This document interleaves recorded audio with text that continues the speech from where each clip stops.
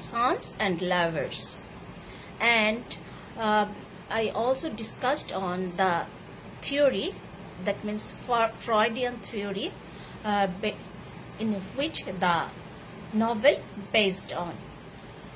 In my today's class, I want to discuss with you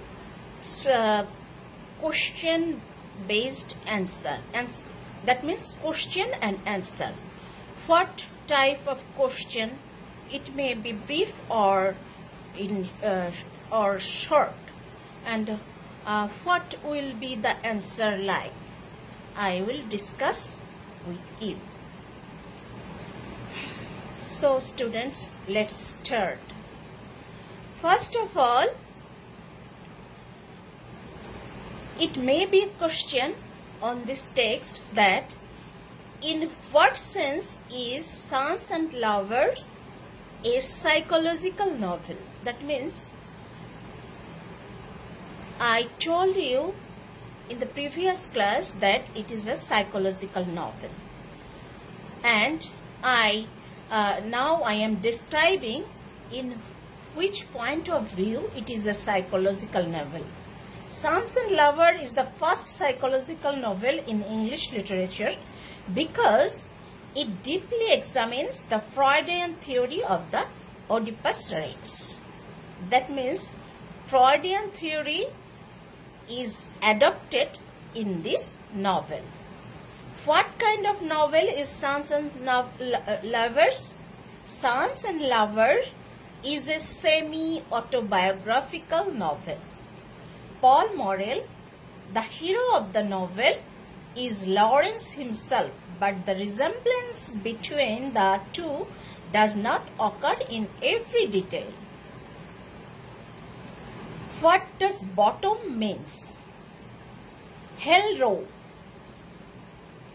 In the text, you should notice that Hell row, the dwelling of the colliers, was burned down because of its filthiness, and the company owning the coal mines in Nottinghamshire area built a large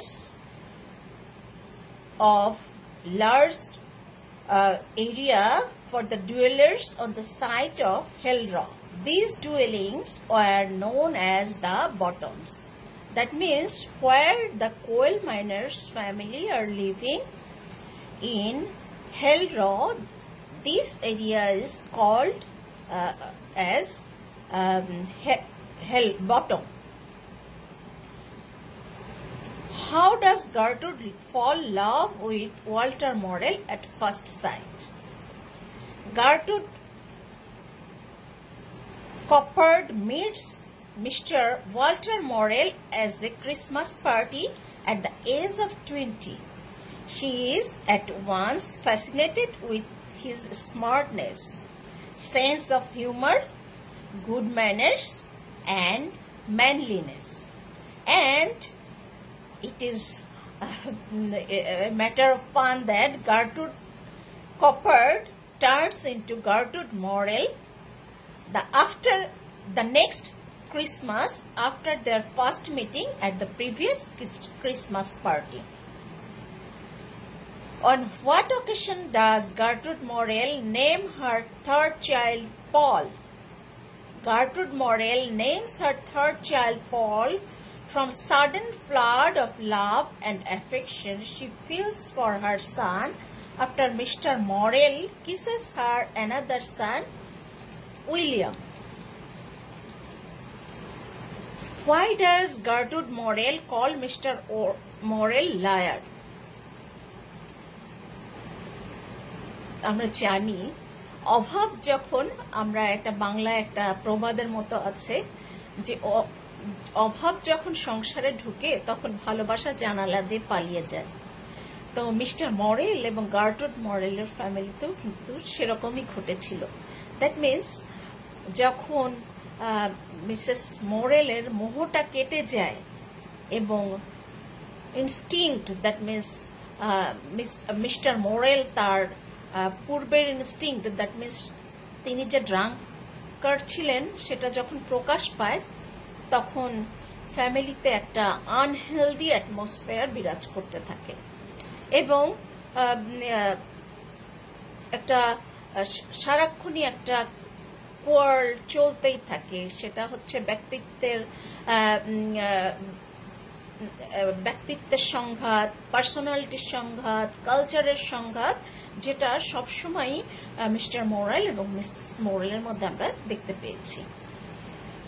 One day, being penniless but feeling a strong desire to drink, Walter Morel stealthily takes out a 6 pence from his wife's purse. Mrs. Morel found out the truth, but Walter's denial enraged her and she calls him a liar. That means love turns into hate. How many children did the Morel couple have? There are 4 children of Morel family. They are William, Paul, Annie, and Arthur, with whom we are previously introduced. Mrs. Gertrude Morel contemptuously rejected Mr. Morel's proposal that William should be a miner and go down to the pits with him. She secured a job for William in the cooperative office. That means it is a noticeable thing that Mr. Morel wanted that his elder son William should be a coal miner, but Mrs. Morel secured a good job for William. There is another short question that what is Women's Guild? Women's Guild is a name of a ladies' club attached to the Copperfield Wholesale Society in the Bestwood area. It is a group of women formed for the discussion of social questions called the Clatford Shop by some hostile husbands.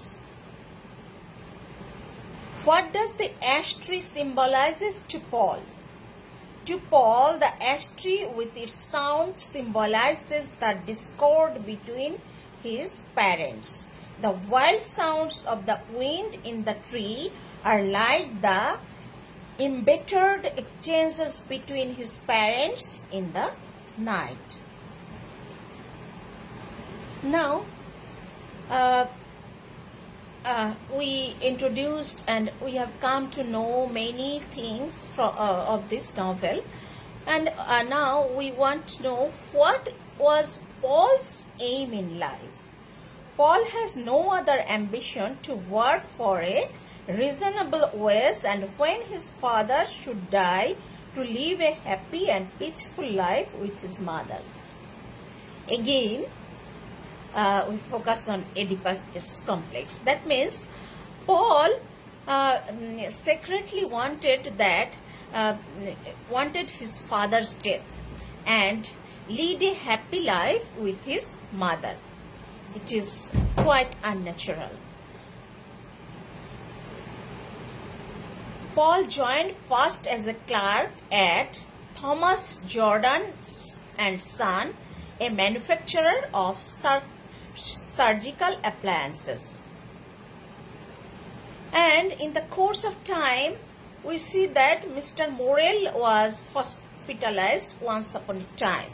When William goes to London for job, Morel suffers a compound fracture of one of his legs due to an accident in the pit, and he is immediately removed to a hospital at Nottingham because there is no hospital in the nearby village of Bestwood.